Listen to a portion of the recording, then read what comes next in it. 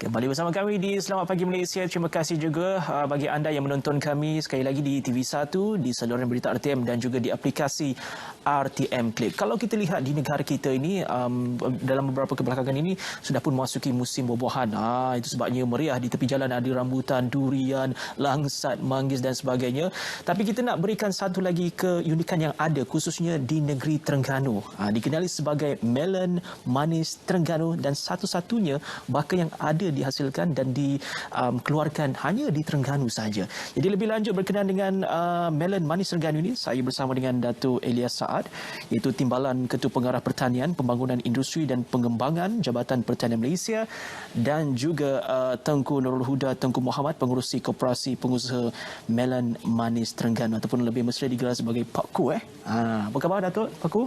Alhamdulillah. Terima kasih kerana bersama kami di Selamat Pagi Malaysia, sebab ini jugalah keunikan yang ada di Terengganu ni. Melon manis Terengganu, dan satu-satunya buah-buahan juga yang kita jadikan sebagai identiti utama lah. Signature fruit lah, boleh kata sebagai signature fruit di Terengganu itu sendiri. Baik, kita nak mulakan dengan Datuk sendiri. Ini juga merupakan salah satu usaha yang dilakukan oleh Jabatan Pertanian untuk memajukan lagi sektor pertanian, khususnya dalam buah-buahan ini sendiri. Tapi inilah antara menjadi kesan juga disebabkan pandemik COVID-19, ramai yang petani khususnya lah terkesan mengalami pengurangan dari segi penjualan, pengeluaran dan sebagainya. Tetapi dengan adanya seperti mana usaha yang dilakukan ini memberikan satu lagi jaminan bahawa industri pertanian ini adalah satu industri yang penting dan akan terus berkembang pada masa akan datang. Datuk. Terima kasih Cik Dwin. Okay. Sebelum itu, Assalamualaikum warahmatullahi taala wabarakatuh. Dan kita ucapkan terima kasih kepada pihak RTM kerana sudi bersama-sama dengan kita pada pagi ini. Berbalik kepada isu ataupun perkara yang dibangkitkan oleh Cik Dwin tadi tentang masa depan pertanian ataupun dalam keadaan pandemik. Kalau kita melihat seperti mana yang semua orang sedia maklum, bila berlaku pandemik, pada peringkat awalnya kita mula panik pada peringkat awal. Jadi pada peringkat itu saya terlibat di peringkat awal lagi, dia semasa PKP yang pertama dahulu. Jadi apa yang kita tekankan di sini bagi pihak Jabatan Pertanian, kita nak memastikan industri pertanian ini terus bergerak dan terus sustain supaya bekalan makanan kepada penduduk negara kita yang seramai lebih 37 juta ini tidak akan terputus. Jadi kalau kita tengok dalam semua rantaian industri, tak kira lah sama ada dalam pertanian ataupun aktiviti ekonomi, pelancongan dan sebagainya, semuanya terjejas. Tetapi alhamdulillah kita melihat dalam sektor pengeluaran makanan, terutamanya tanaman pengeluaran makanan ni, dia tidak banyak terjejas. Malah kalau kita lihat sekarang banyak mereka-mereka yang dahulunya tidak terlibat dalam pertanian, mereka mula masuk dalam aktiviti ataupun dalam industri pertanian, terutamanya tanaman makanan. Jadi memang pada keseluruhannya dia tidak banyak terjejas dan malah dia bertahan dan ada yang semakin berkembang. Kenapa ia tidak terjejas? Sebab makanan ataupun makanan diperlukan.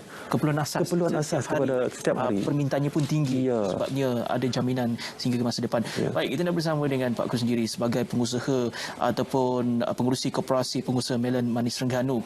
Salah satu kejayaan yang telah pun dicapai bermula 2015 usahanya, Pak Ku. Boleh ceritakan sedikit bagaimana sejak awal mengeluarkan melon manis Terengganu ini sehinggalah ke waktu ini, dari segi pasarannya, pengeluarannya bagaimana, Pak Ku? Terima kasih Cik Imran. Assalamualaikum warahmatullahi wabarakatuh. Syukur alhamdulillah. Yang saya hormati Yang Berbahagia Datuk Berangkat Timbalan Pengarah Pertanian Malaysia, dan saya juga berterima kasih kepada pihak RTN TV1 kerana saya dijemput hadir pada slot Selamat Pagi Malaysia. Balik pada persoalan tadi, alhamdulillah saya telah diberi amanah oleh Jabatan Pertanian Negeri Terengganu dan bersama rakan-rakan lain di bawah Koperasi Pengusaha Melon Manis Terengganu yang telah disaran oleh jabatan agar kita lebih tumpuan kepada tanaman melon manis Terengganu. Jadi alhamdulillah kerajaan negeri telah wawakan buah ekon Terengganu ni pada 2015 lagi. Tapi untuk maklumat tuan-tuan, kita sebenarnya di peringkat saya, kita bermula dengan Rock Melon Glamour dahulu. Rock Melon Glamour yang berpukat tu. Jadi setelah kita diarah oleh Jabatan Pertanian Negeri Terengganu untuk tanam melon manis Terengganu, jadi alhamdulillah sebelum COVID-19 ni memang amat-amat membanggakan dan memberasankanlah, sehingga kan kita di koperasi terpaksa order benih tu, tempah benih tu, orang kata dari segi tempah benih, dan ramai usahawan-usahawan di luar sana yang ingin turut serta mengikuti kita tanam buah melon manis Terengganu. Jadi di sini kalau dari segi keadaan semasa hari ini, seperti sedia maklum dengan keadaan COVID hari ini, pandemik hari ini, memang kita ada sedikit terkesan lah. Walau bagaimanapun kita di bawah agro makanan ni, saya rasa dalam keadaan situasi hari ini, kita kena ada satu pertimbangan lah. Maksudnya kita tak boleh lah nak mengharapkan keuntungan yang terlalu tinggi. Orang kata sekadar dapat menjual hasil kita ni untuk dampak orang kata pulangan modal ataupun meneruskan tanaman yang bagi musim seterusnya. Untuk maklumat juga, kita di bawah koperasi ini telah mempunyai ahli lebih kurang dalam 70 orang. Dan boleh katakan seluruh daerah di Kuala Terengganu kita ada wakil-wakil yang menanam melon manis Terengganu. Wow. Okey. Dalam kita mengenali melon manis Terengganu ini, seperti mana yang anda saksikan di depan ni, warna dia memang menyerlah, kuning menyerlah. Kalau anda lihat sangat cantik, apalagi di depan mata. Ini sebenarnya diketahui sebagai honeydew, temikai susu.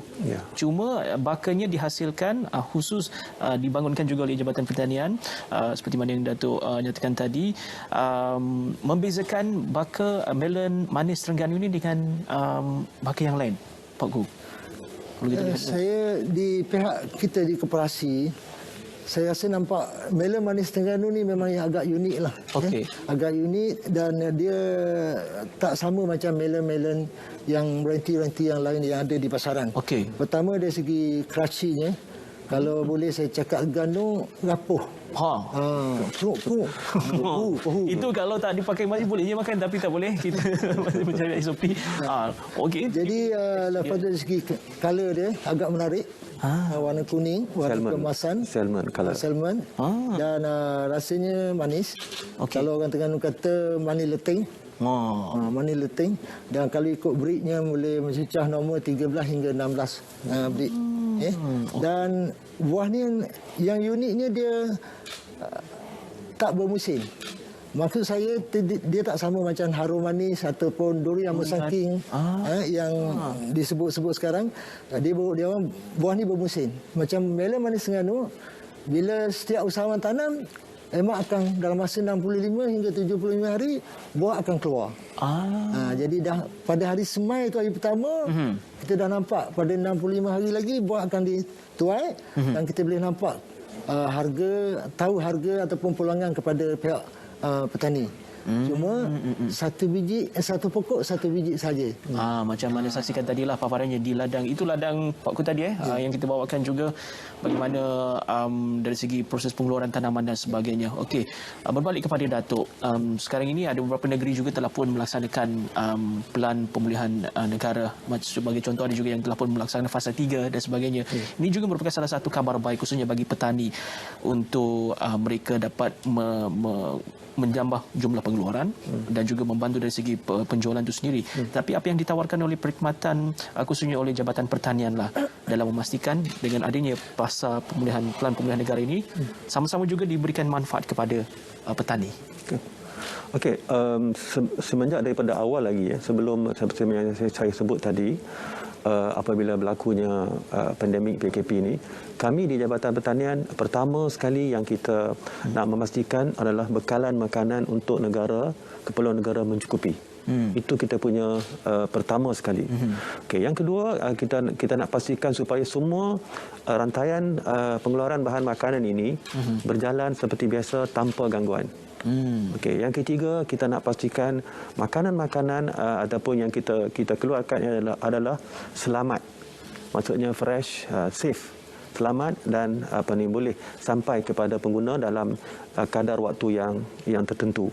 So kita tak mau jadi krisis. Jadi sebab kalau kita bayangkan kita dah ada krisis dari segi ekonomi, kita krisis dari segi kesihatan, dan kalau timbul lagi krisis bekalan makanan kepada negara, kita tak dapat bayangkan apa yang akan berlaku. Sebab itu peranan kami di Jabatan Pertanian, terutamanya dengan bimbingan, dengan sokongan daripada pihak kementerian di bawah kepimpinan Yang Berhormat Datuk Seri Dr. Ronald Kiandi, dan di bawah seliaan daripada Yang Berbahagia Datuk KSU kita. So kami telah merancang beberapa plan untuk memastikan perkara ini. Yang pertama yang kita nak kena pastikan adalah supaya benih dan juga input untuk tujuan pengeluaran bahan makanan itu mesti cukup dalam negara. Jadi kita bekerjasama dan kita berkolaborasi dengan pengeluar-pengeluar, dengan pengimport benih dan nak pastikan benda asas itu mesti ada. Kalau benda itu tak ada, pengeluaran tidak akan berlaku dan akan berlaku kepincangan.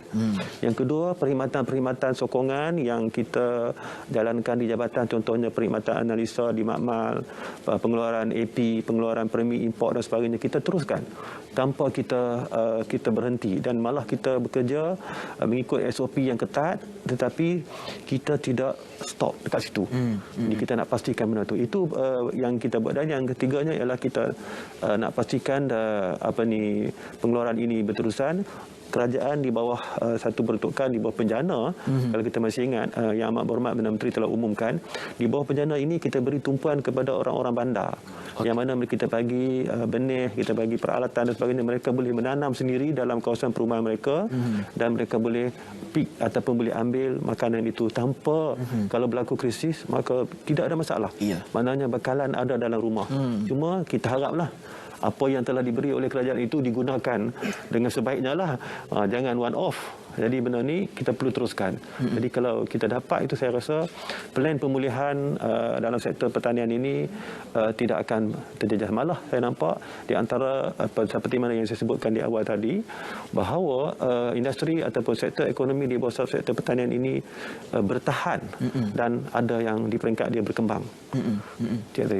Itu kalau kita sebut saja pertanian, apatah lagi tak kala kita berhadapan dengan pandemik COVID-19 ni, bukan saja dalam kalangan petani, tetapi juga setiap individu, mereka juga dah mula berjinak dalam pertanian. Ada yang menanam menggunakan kaedah hidroponik di rumah, tanam sayur di halaman rumah. Ialah sepanjang pandemik ini disebabkan ada beberapa perkara tertentu ataupun banyak diluangkan masa di rumah. Jadi antara aktiviti harian iaitu melakukan tanaman. Tapi kalau kita lihat berdasarkan apa yang ditawarkan ataupun yang juga inisiatif dan sebagainya yang ditawarkan oleh Kementerian dan juga Jabatan Pertanian, respon daripada petani pula bagaimana? Adakah mereka juga menyambut baik ataupun menggarap peluang yang diberikan ini sebaik mungkin?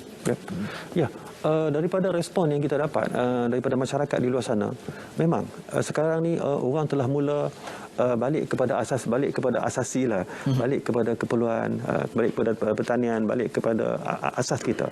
Jadi kami di Jabatan Pertanian, kami menyambut ini sebagai satu peluang bagi Jabatan Pertanian untuk kita menabur bakti. Dan walaupun dalam keadaan pandemik ini kita tidak dapat bergerak, dapat keluar bertemu dengan ni, tapi kita masih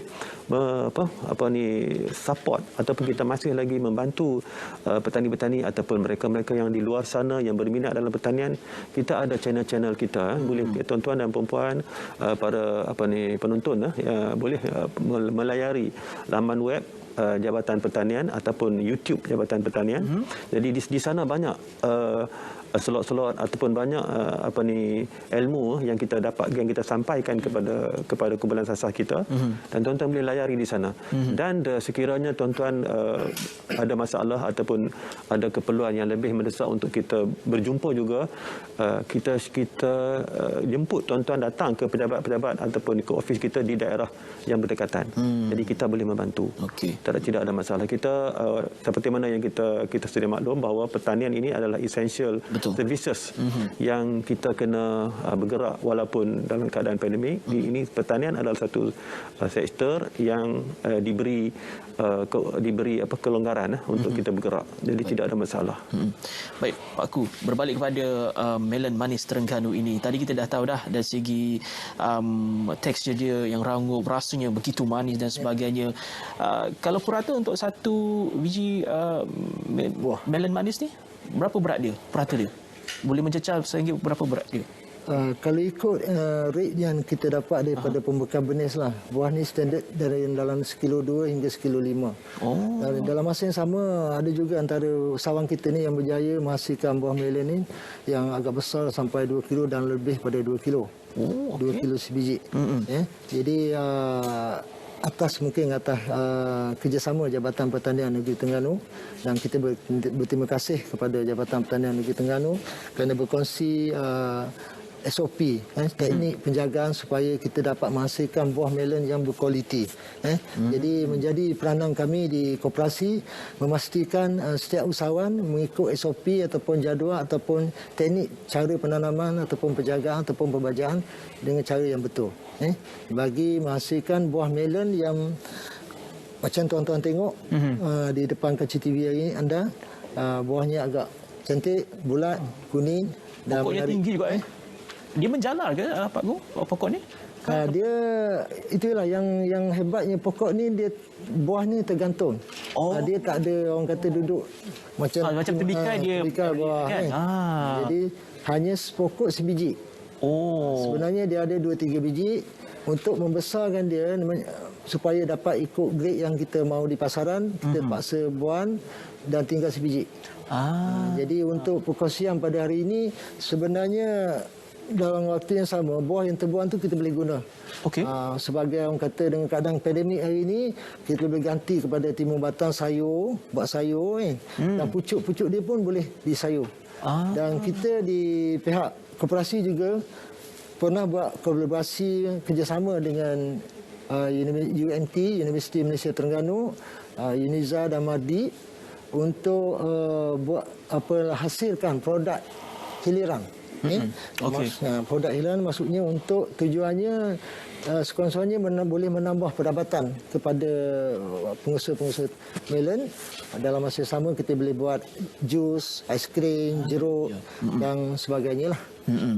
Okey, itu banyak manfaatnya untuk kalau kita lihat dari segi produk hiliran lah, banyak manfaat yang dapat diberikan. Baik, Dato', ini juga merupakan salah satu peluang yang dapat kita lihat khususnya di negeri Terengganu. Itu juga sama kalau kita dapat lihat di setiap negeri mempunyai signature fruit mereka masing-masing ataupun ada identiti masing-masing di setiap negeri itu, khususnya dalam industri pertanian. Kalau kita lihat dengan adanya kejayaan seperti mana melon manis Terengganu ini, kalau diperluaskan ke seluruh negara bagaimana? Bukan saja dari buah-buahan, mungkin dalam tanaman yang lain pun boleh juga kita terokai menjadi hasrat kita di Jabatan Pertanian supaya setiap negeri mempunyai signature fruits masing-masing lah. Contohnya kalau kita tengok yang sekarang ni macam perlis dengan harum manisnya. Jadi bila kita cakap harum manis saja, walaupun harum manis itu daripada negeri lain, tapi orang nampak harum manis itu adalah perlis. Sama juga dengan melon manis Terengganu ini. Kita cuba sekarang nak promote ataupun kita cuba nak bangunkan supaya dia menjadi harum manis di Perlis, supaya MMT ni ataupun melon manis Terengganu ini, apabila orang cakap melon manis Terengganu ini, walaupun dikeluarkan di negeri lain, tetapi orang nampak ini Terengganu. Dan juga begitu juga kita sekarang ni telah pun berbincang di peringkat jabatan supaya setiap negeri mempunyai signature fruit masing-masing. Dan kita dah minta supaya pengarah-pengarah ataupun pihak kerajaan negeri memilih signature fruit masing-masing lah, supaya ada dia punya ini dia panggil untuk strategi marketing, untuk strategi pemasaran. Jadi bila ada benda-benda itu, jadi benda ni mudah untuk kita memasarkan. Jadi itu yang kita sedang buat sekarang, Cik Razwin. Dan MMT ni hanya boleh ditanam di Terengganu saja ataupun negeri lain? Sebenarnya boleh petani lain di Terengganu ke memang eksklusif di Terengganu saja ni untuk waktu ini? Untuk waktu ini. Untuk waktu ini MMT ni memang untuk Terengganu. Sebab kita ada agreement ataupun kita ada perjanjian dengan pihak koperasi.